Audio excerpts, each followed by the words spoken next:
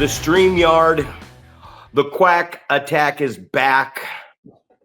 Please, let me get this one out of the way early. Fucking subscribe. Let's get those subscribers up. Hello, everybody. It's bright early. I'm bright and bushy-tailed. It is your neighborhood-friendly coach, promoter, trainer, 43-year-old professional wrestler, Zack Primetime Reeb, and I'm joined alongside my podcast partner for what I believe is episode 72, the Wrecking Ball, Paul Isadora.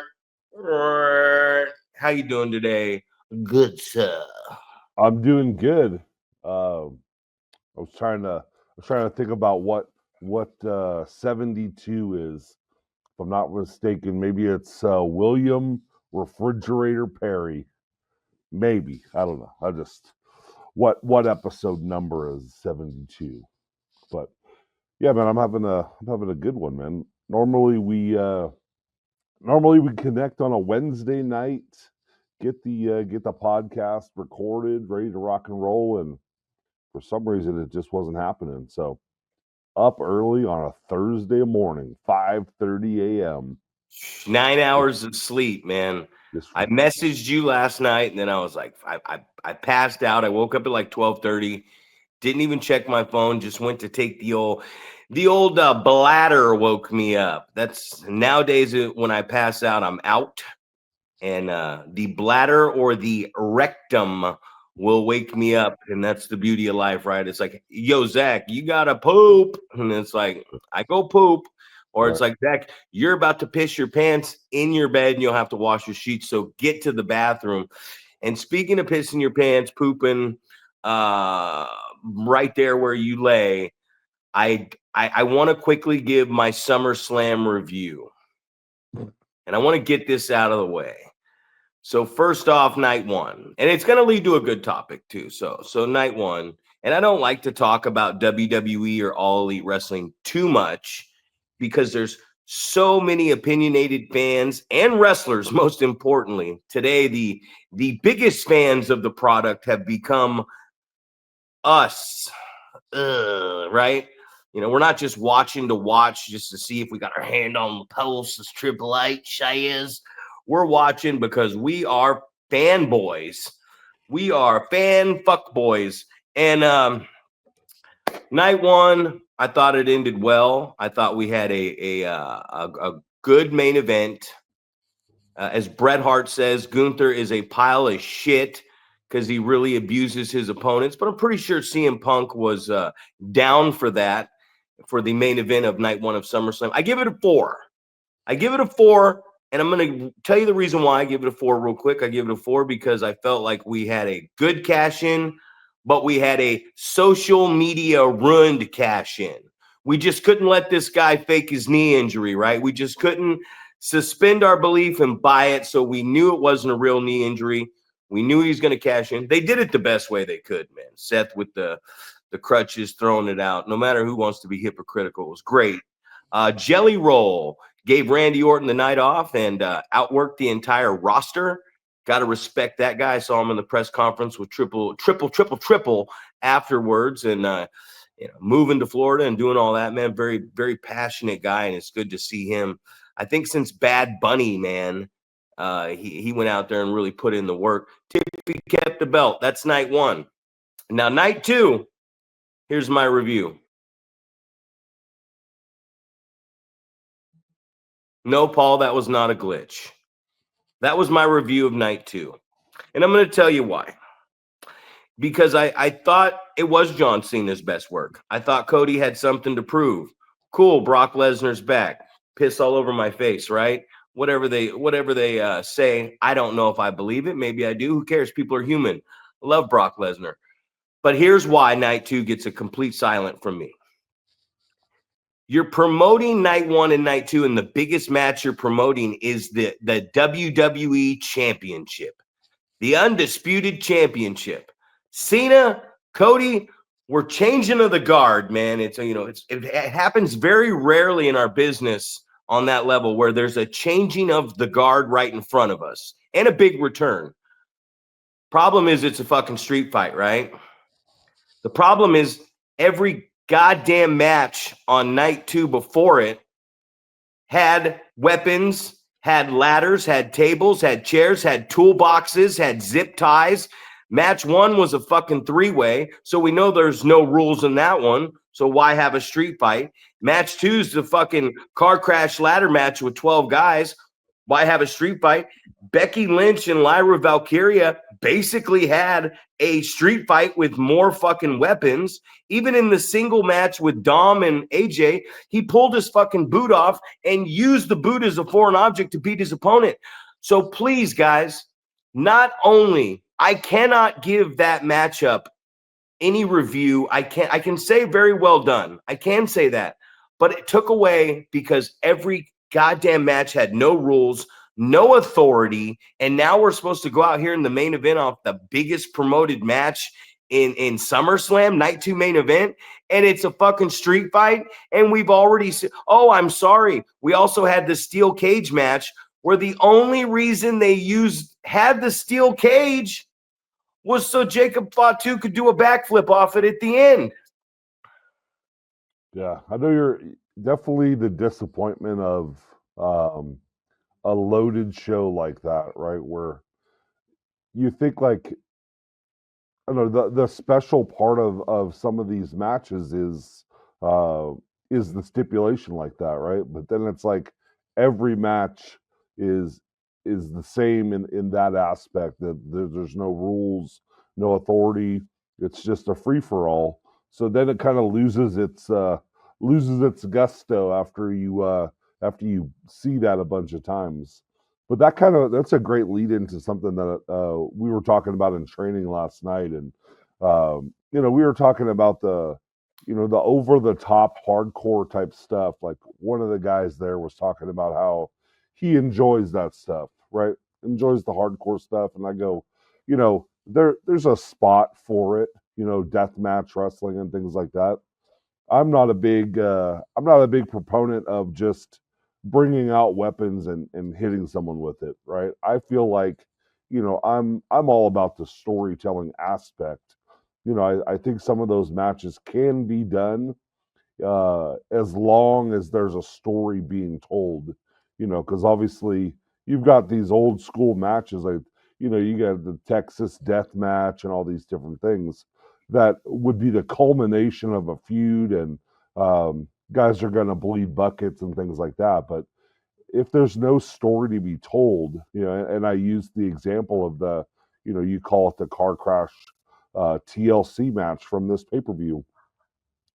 And I think that there were some things that I thought were well done, which is you have the focus was on one thing at a time. There wasn't, we talked about the street fight at your show, where as commentators we didn't know what to talk about, because there was shit going on everywhere. And in this TLC match,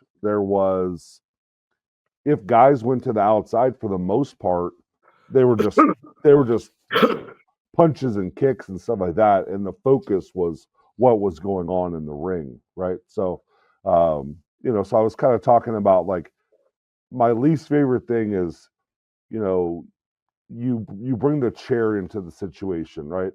And I don't know if everybody knows this or some people know this, but a lot of the time the biggest reaction you get from introducing a chair into the match is when you slam the fucking thing shut, right?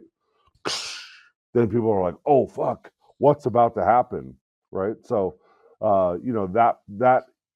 bringing a chair into the match and then just immediately using it, right? So I was giving the example, like, you bring the chair into the match, you go to swing it, the referee takes it away. So you're just teasing this whole thing that's going on. And then maybe it gets introduced at some other point, and you go to swing it and the guy kicks you in the gut and you drop it. It's like, I love the aspect of something catching you by surprise, right? Even something that was introduced. A table was brought out to the ring. They teased like they were going to use it. They went away from it. They came back. You thought they were going to use it again. They went away from it.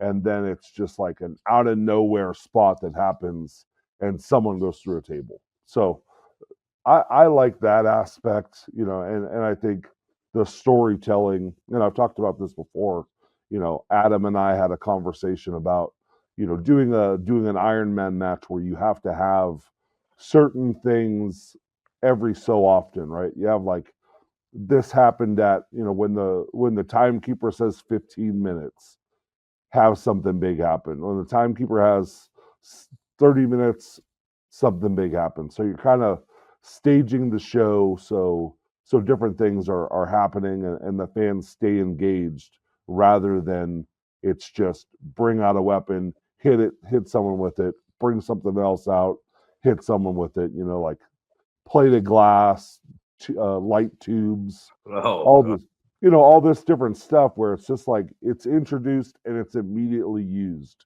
right? There's no, to me, that's just like you're just bringing shit out there to hit people with. There's no story being told um, as a whole. So yeah, I mean, I don't know, differing opinions. I'm sure. I know that you're very old school, and your eyes lit up when I said that there's a place for this. Like you're like, no, there's not.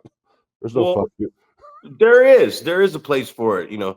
Speaking of death matches, I just saw online that a fan just got like 40 fucking stitches from being hit by one of the light tubes. So, someone was like, man, you need to sue the venue, you need to sue the promoters, every single person in that building, every hot dog they got, right? Like, what's this? Well, what does it do to our insurance if this becomes a big issue with something like this? Because somebody decided, hey, I don't want to learn how to professionally wrestle the correct way, which, Brett saying that about Gunther is Brett saying, hey, we don't have to physically hurt each other. I remember talking back in a podcast about I didn't think a Daniel Bryan match was as good as everybody said. I thought it was a great match, but I know they were really hurting each other. And you see all these guys on the shelf, and we talk about the place. Is the place right? And you were saying, you and Adam were talking about every 15 minutes, every 30. That's that's a good thought to have, but we don't have to have a time on it, like Al Snow says, because when it's time for something big, the audience will let us know it's time for something big. It could happen 5 minutes into an Iron Man match. It could happen 23 minutes into an Iron Man match. The audience is going to let us know. If we have a gimmicked death match, the audience is going to say, hey, give us glass. They're going to tell us what they want. And it don't mean we have to give it to them right now, but we have to show them. They want a fork, we have to show them the attempt at a fork. We have to bring the fork out. We have to go to use it and it doesn't get used. And then when they don't expect us to use what they want, we lower them down so that they almost forget about it. And then when we rile them back up in the contest, then we can bring it back in and use it. And to everybody out there on this informative podcast, that even with a fucking fork is called psychology. It's controlled chaos. And that's what was wrong with that 8-man street fight was we had chaos and we had performers out there, 8 of them and 4 referees, and there was no communication and nothing was controlled. And we go back off that topic I was talking about. So I want to hear what you have to say about this. Is we always talk about it. I said maybe 50-50 on both nights of SummerSlam, but we got a great finish to night 1, right? And even though I'm really picking it apart because of all the other fighting and weapons that went on, we had a great finish tonight too. So it's the cardinal rule in professional wrestling. It doesn't matter if you have an amazing match and you fuck your finish, it's just a shit match. And you could have a terrible match and an amazing finish, and it becomes the greatest match in the world. So what WWE did do successfully was they were able to in both nights with great finishes, and they sent us home with that. The last thing we saw was good. We sat through dog shit, and I don't mean the performers are dog shit. I just mean Sin fell asleep on night 2 for the entire thing. He woke up near the end of the main event and said, man, this show sucks. I said, how do you know? You were asleep. He said, that's how I know. Because I had my mouth open snoring the entire night and I didn't give a fuck about it. And we always talk about that. We talk about as long as you send them home the right way, maybe they'll forget about the bad stuff that happened on the card. And that is what we got at SummerSlam. I give them that credit. And most importantly, who gives a fuck if someone thinks it was amazing? And who gives a fuck if I'm picking it apart and I think this sucked about it? 113,000 plus fans on 2 nights for those overpriced tickets. They probably had a $25-30 million gate, man, not including the merchandising and all the other stuff. So who am I, or who are any of you social media fucking professional opinionated critics to say anything? Because you tell me the last time anybody, and maybe there are people, maybe Eminem did it in Wembley Stadium 2 nights in a back-to-back in London, but who else? 113,000 people, $1,000+ tickets, 400 for the nosebleeds. At the end of the day, who gives a fuck, right? These guys, we say, what did they do right? What did they do wrong? They did everything right because they made a shit ton of fucking money. But Exactly. But tell me what you think about that, because I got going off on that. Tell me what you think about it. Could be good match with a bad finish, bad match, good finish, and how they ended the fucking crap fest 2 nights in a row on a good note. Right. And I think you're 100% right when you say when you send the fans home happy, that's really what matters, right? That's, and you could use a golf reference to this.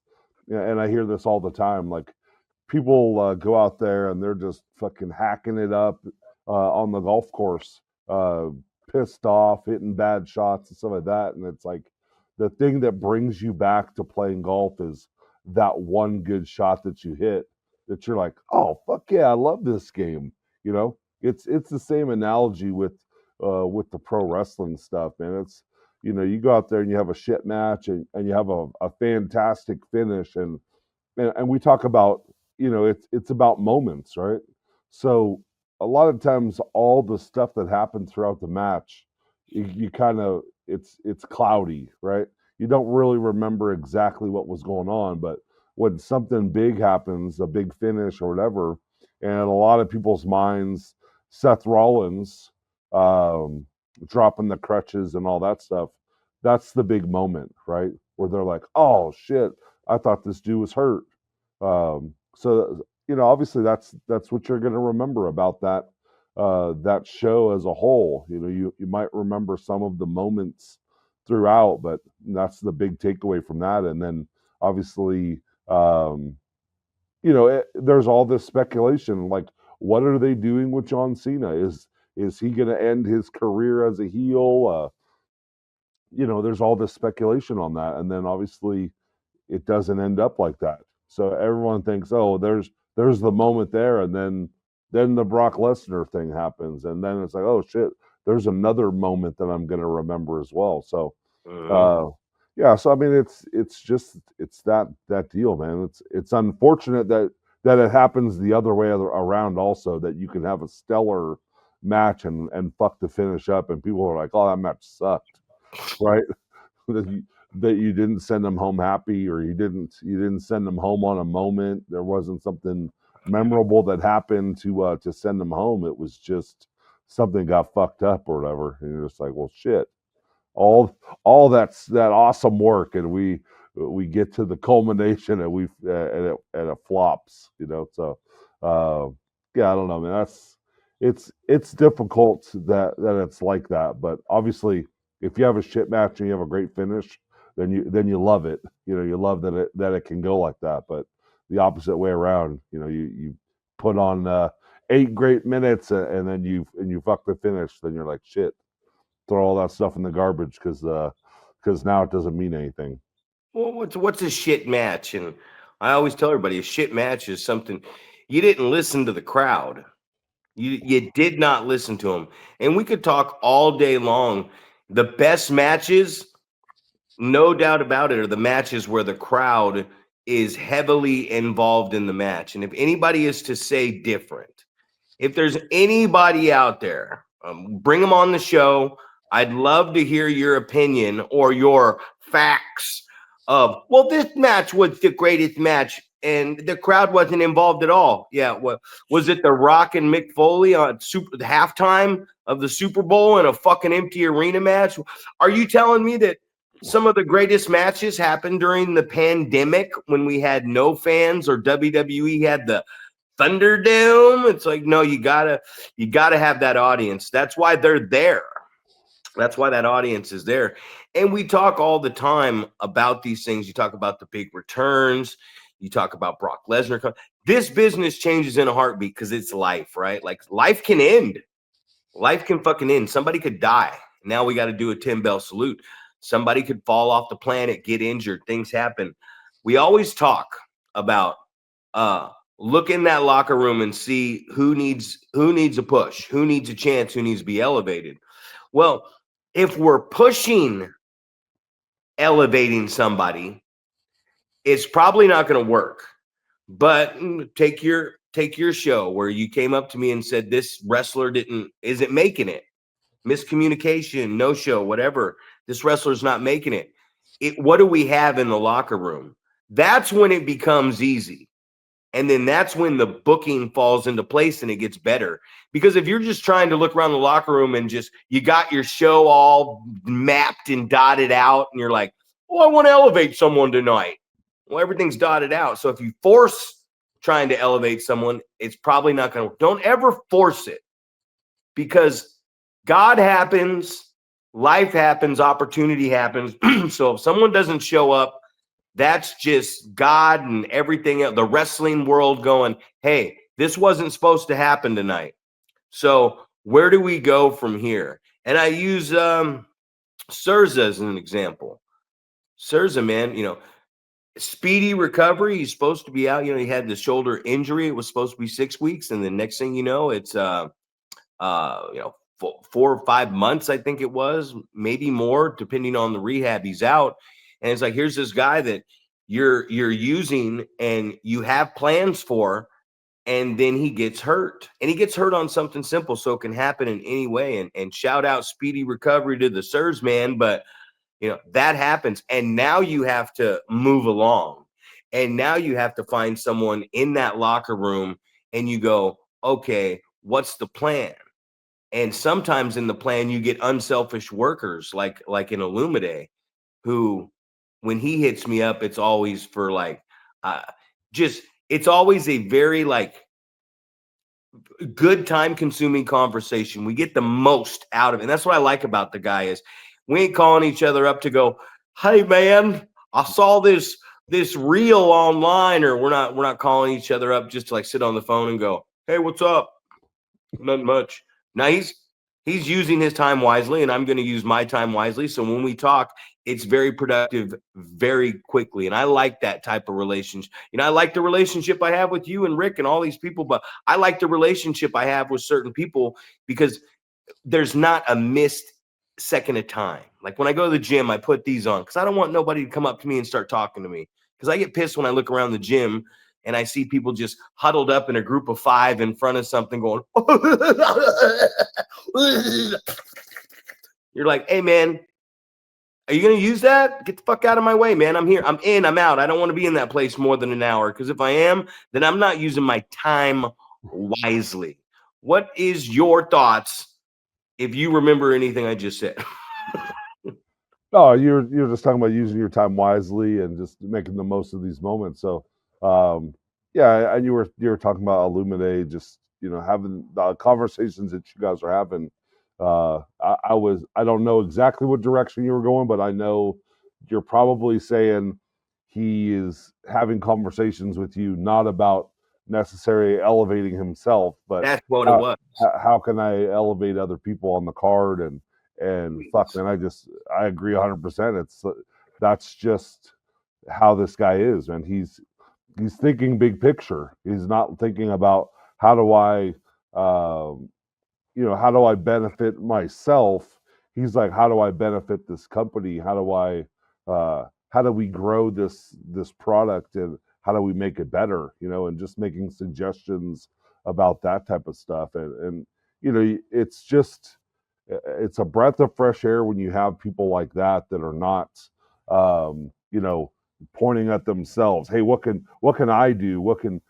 How can I get my character over? And put the title on me type of attitude. And obviously, in some senses, that's the guy you want. Also, you also want a guy that's like, hey, I'm the best guy in your locker room. I'll carry your title. Put me in the main event. I'm gonna deliver. You want those guys also, but you definitely gotta have the guys that are out for the best. Uh, the best product in your company as a whole, even if that means I'm going to lose or I'm going to help you elevate somebody else, right? Because in most cases, if I'm elevating someone else, I'm also probably going to look good, um, from the wrestling aspect. Maybe I'm not going to look like a dominant character because I'm putting someone over, but those are the guys that you want in your locker room and on your card. I don't know if you had something to say. You had your finger up. Pick me.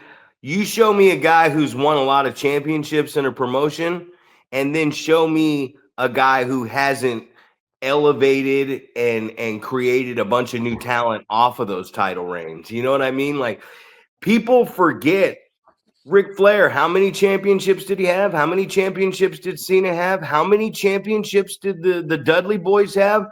But go back and look at all that.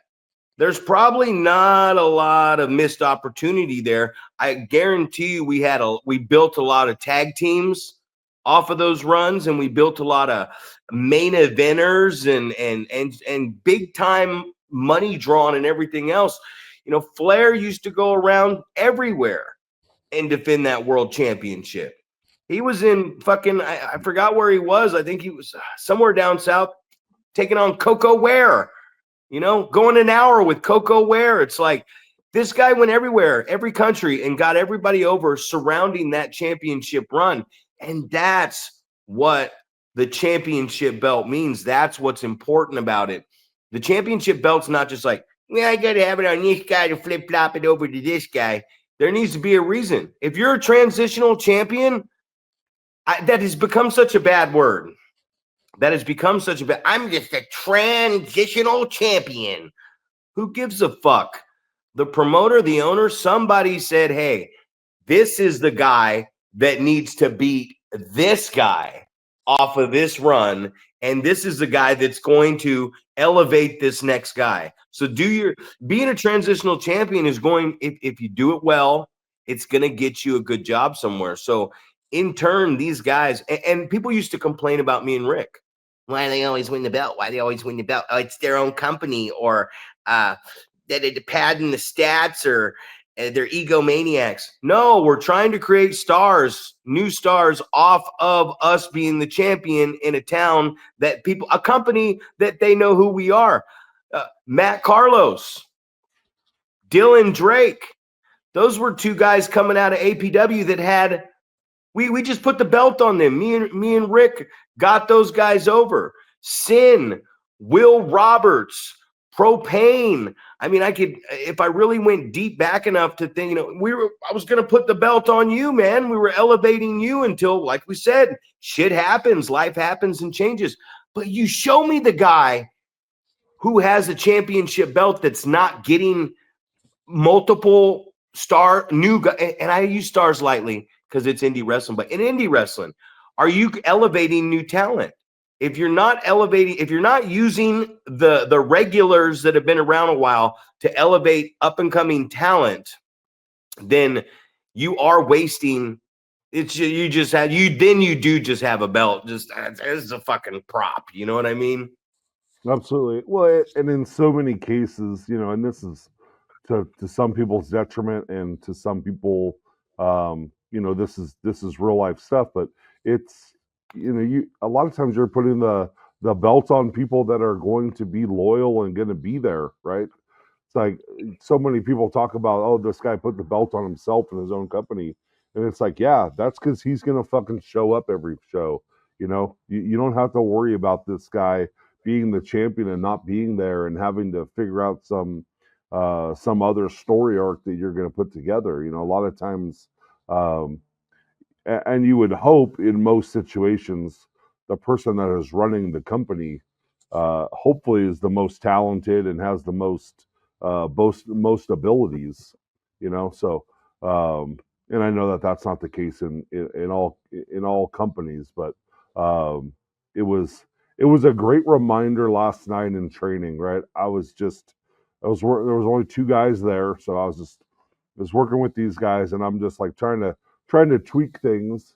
And we have a photographer there, kind of just trying to learn about how do I get better photos, like what am I looking for, uh, and I felt like this guy gave me this huge compliment that he's like, obviously these guys are still learning, but when you get in there and you're showing them what's going on, things are so smooth. And uh, you know he's like, I didn't realize that you're, a 20 plus year veteran, but it's obvious when I watch you in there teaching these guys. So just this huge compliment, but it's just like, in my mind, it's nothing special, right? I'm just going out there and working, right? I'm in my character, and I'm just doing whatever, uh, making stuff believable. Like, I don't know, and I've said this over and over. Like, confidence is my biggest thing, right? I always think I'm not good enough. I'm not great at this pro wrestling thing.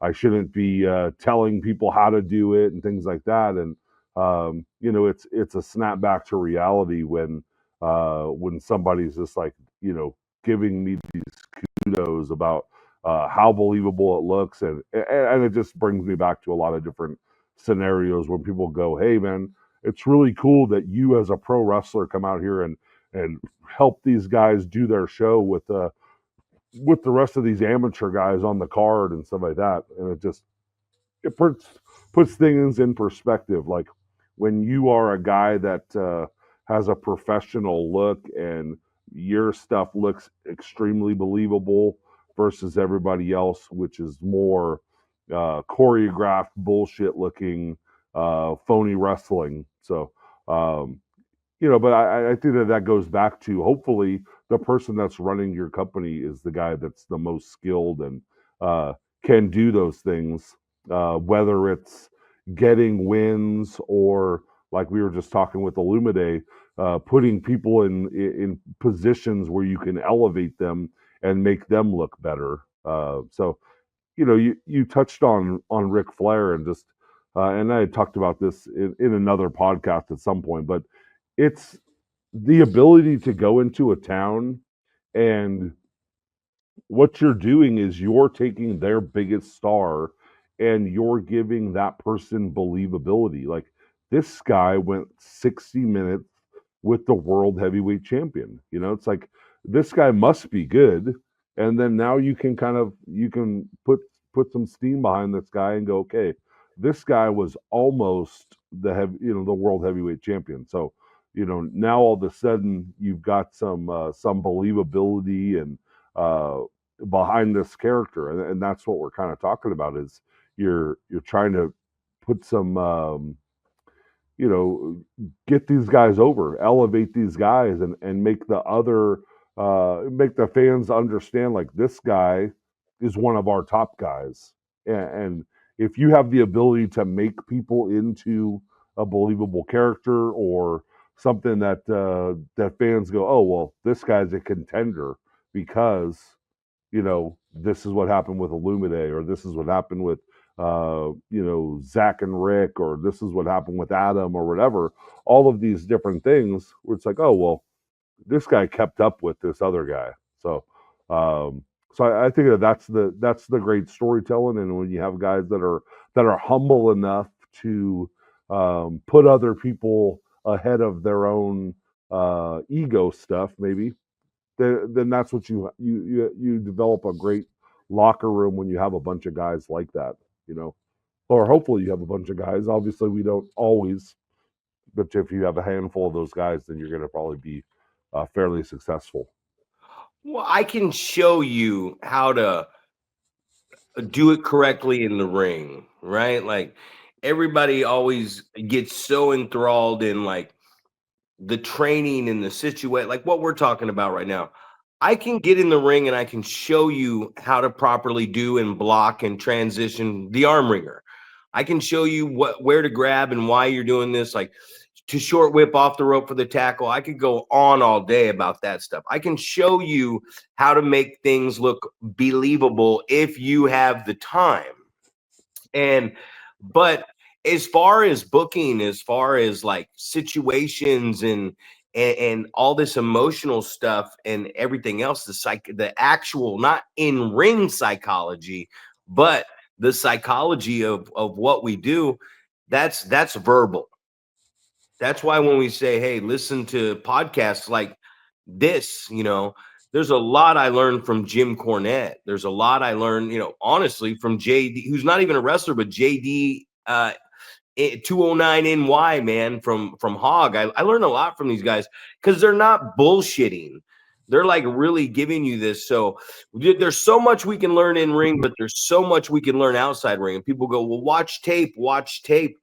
You could watch it all day long if you're not talking about a situation to somebody so that when they get in the ring, they can understand this situation. I can show you the timing of this, but most times what we get is and I go back to this. If you have a belt in your company and nothing is happening with that belt, just don't have a belt. The measuring stick, I believe, of a company is that right there. You do, even if it's one belt, one tag belt, if you have tag wrestlers, the measuring stick of a company is, can I take this one prize and can I get this prize over and make other wrestlers and elevate the card to this one prize? And if I can do that successfully, and I can do that with tag team championships, can I elevate a secondary title? If I can do that successfully, the next thing you know, now I've got this under to mid card, and this is good. And then everything is building up to this. And then there's these other belts over here in a completely different division. And if you can incorporate women into this too, and I don't mean just having belts, if you can get this belt over and get these belts over and then create another belt, and then you can incorporate a women's belt. If you can get these titles all over and make them all make sense, then you are successfully building a promotion. The fans will be there. You will make money. You will have students in your school. You'll get sponsorship dollars because there's fans in the building. So doing this the right way, because we can do all the moves we want. The moves matter when you get the choke slam over and I get the super kick over. That's when the move matters, because now you grab me by the neck and and then when we hit each other with these moves, the fans believe it's over. So that's where the move does matter, but you have to get the move over. It's just like our character. And we don't fucking matter. Why even lock up if the fans aren't doing nothing? If the fans aren't doing shit, why would I walk across that ring to lock up with you? Especially if I'm the heel. You're a shitty heel if the fans are dead quiet. Talk shit to them. Get them involved so that the babyface can react off of that. And then once the fans are paying attention and drawn in, you sent me I was talking about a match and you sent me a picture. It's a fucking steel cage match. There's two big guys in the match fighting in the crowd, and the photo said it all. There's just some fucking lady sitting here a foot away on her phone, probably playing fucking Candy Crush or something. If she's not worried in the front row with no crowd barrier, should we be worried sitting at home watching this shit? You know what I mean? So we have to be able. One thing I hate more in wrestling, I'll shut up. Okay. I will shut the fuck up. The one thing I hate in wrestling is when the heel if the babyface has to get in a ring And here you go, guys out there. I don't give a fuck if you agree or not. This is facts. No, you don't get to respond to this shit. If the heel's in the ring and the baby's in the ring and the baby has to go, and then the heel has to go, shut up, quit making noise, then you not only failed on that night as the villain, the heel, you are the shittiest fucking heel that's ever fucking lived, and you should never get booked on a show again until you get better, because you had to have the baby face do this corny shit for you to wake up and go, stop making noise, keep it down. You had to have the baby face initiate. You came out first. Even if the baby came out first in that scenario and you came out, you didn't generate no heat to get this audience to make any fucking noise. You needed the fucking white meat baby face to go, hey, come on, everybody, start clapping for me. That's bullshit. And if you do that and look me in the eye, if you think I'm talking about you, I'm probably fucking talking about you. If you are a baby face and you have to do this number, be mad at me all you want, and you got to do this number to get the crowd doing anything before your match, and there is a supposed bad man across the ring, you suck. And I'm not talking about baby face either. That don't mean baby face sucks. When it means that you as a heel did not do your job and you should not be in the ring.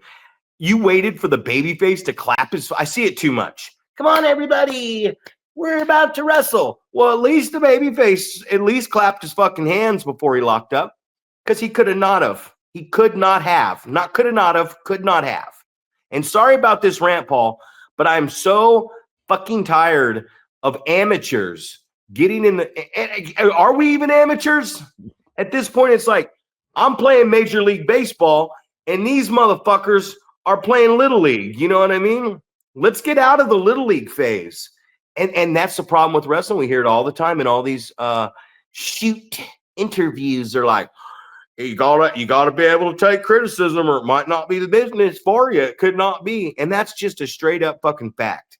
Every time I see one of your reviews on somebody on a match, I go, ooh, maybe a little harsh, right? But it needs to be harsh, because if it's not harsh, then some baby face is going to go.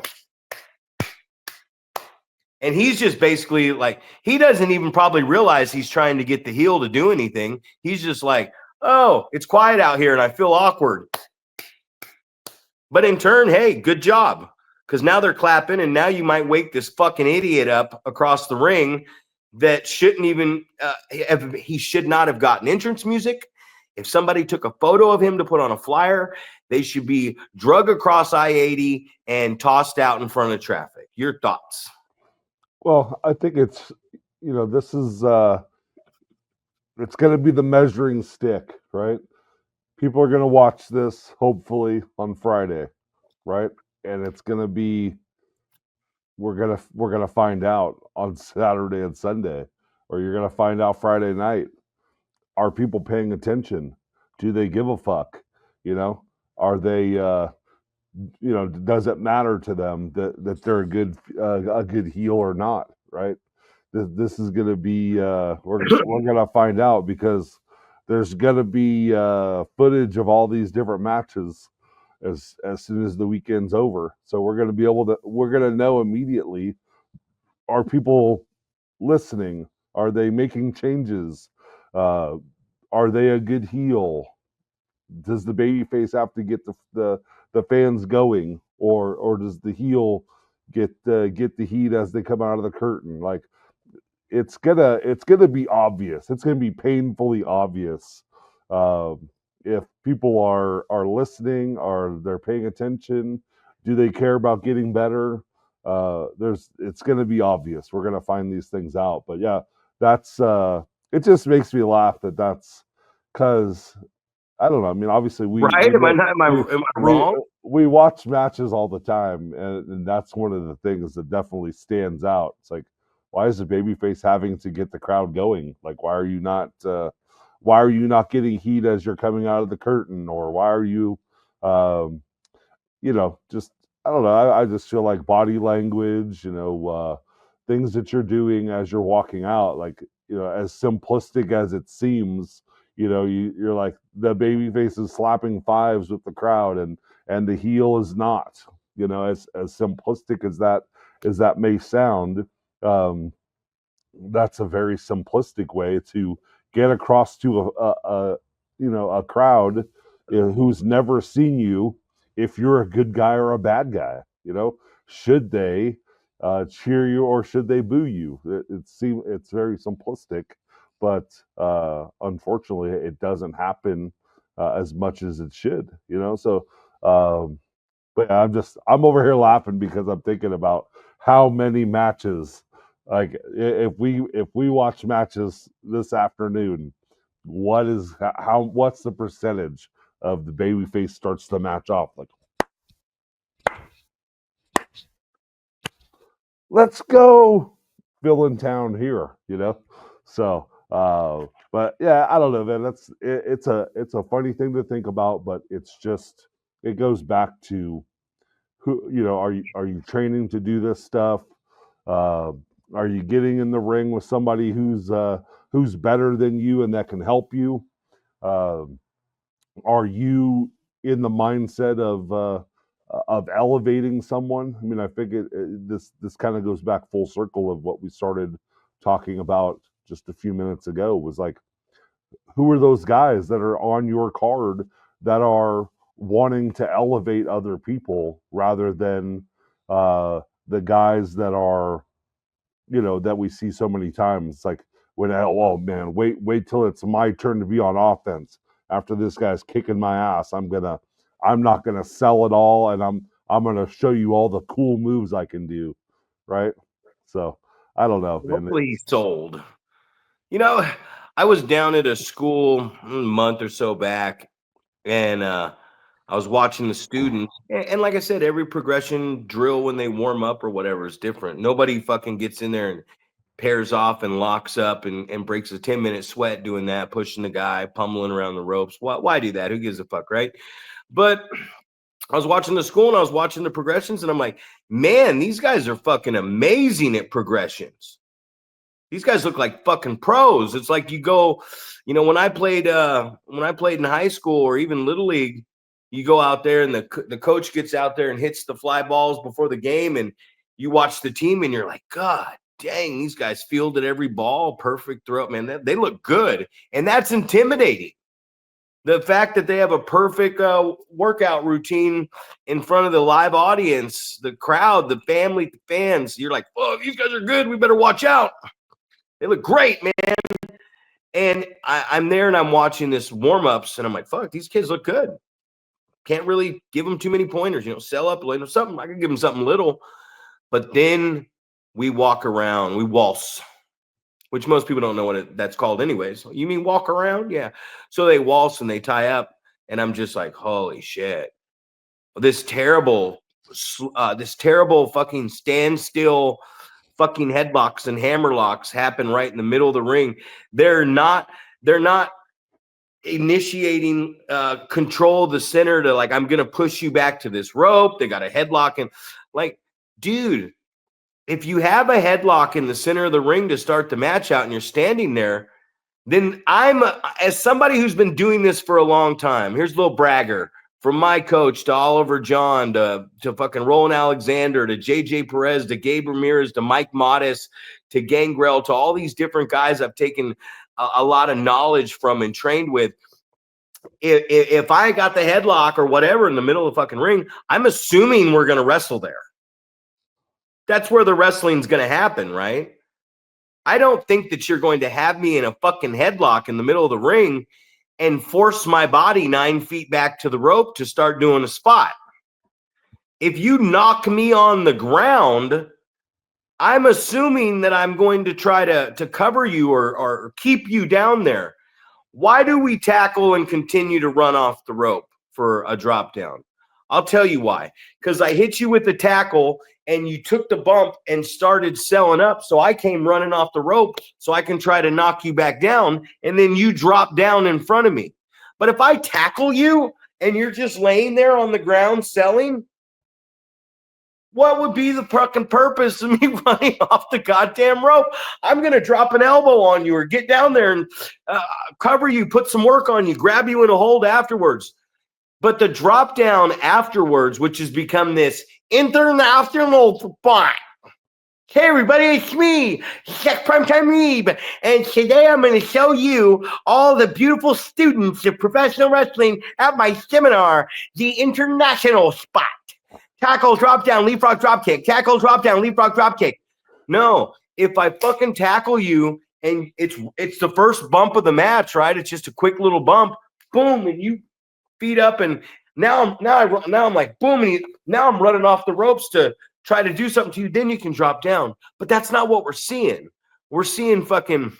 So, like I was saying, these basics and fundamentals, and I think guys have the wrong idea of the basics and fundamentals. Like, I don't teach my guys to go out there and just rip a forearm or just start working on a work punch right away. I get them out there and I have them slow motion, this speed. Okay, that's where we're going to hit.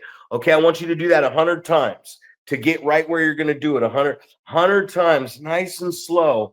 And then I'm not even going to let you throw it fast yet. Now you're going to go home and you're going to hang a string to your fucking chest, shoelace, hang one down to your knee, and you're going to punch that 100 times and kick that 100 times a day. So when you've done 100 slow European uppercuts in class or whatever, you're going to go home and do that to a string for till the next practice, and then we'll come back and then we'll speed up the process. Because why the fuck are we teaching these people to do it fast or at full speed if they can't even crawl before they walk, man? And that's where a lot of this shit comes into play, man. Absolutely. Yeah. I don't know. And it's just, you were talking about lockups, going through the progressions, and then you get to the point where the beginning of the majority of matches happens with a lockup, and the lockups suck. And then it just triggered you sent me that clip of whatever that was yesterday. You're like, check out the collar and elbow, or nice collar and elbow right here. It was like a fucking slow motion lockup. It's like, there doesn't look like there's any fucking intent at all. Are you trying to grab a hold of this guy, or are you guys just resting your arms on each other? You want to show us the chain. Oh yeah, Look what I can do. Right. Look what I can do. Even though this sucks, look at this cool new move I learned somewhere about this stupid fucking it was a stupid fucking counter to get to a stupid fucking takeover. I don't even want to name the moves because then people are gonna be like, "You're talking about me." Well, we are, but right. Well, it was a topic last night in training. I said so many times, I go, hey, let's chain around for a little bit, and then we'll go into this whatever sequence. And I would say 98 out of 100 times there is little to no chain that goes on. And I said, you want to know how you can separate yourself from everyone else is if you can fucking chain wrestle for 4 or 5 minutes in a row, right?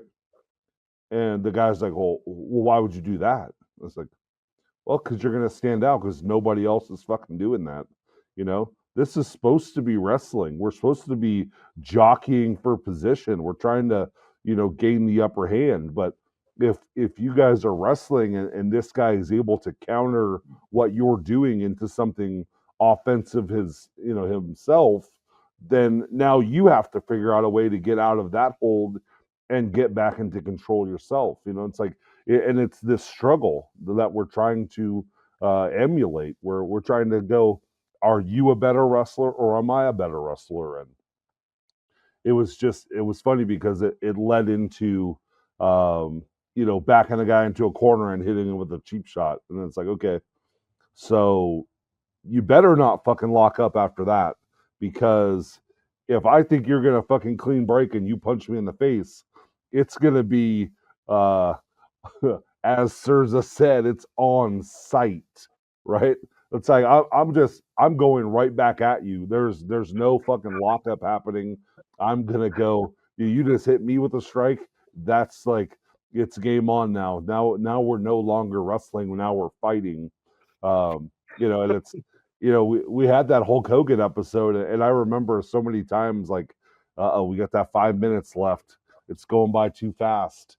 Um, I just remember like you watch Hulk Hogan back in the day, and now that you're kind of more experienced and you're looking back at things, you're like, oh, that he was a baby face, but he was fucking back raking people and hitting people with closed fists and all this stuff. But it was normally as a result from somebody else cheating first, right?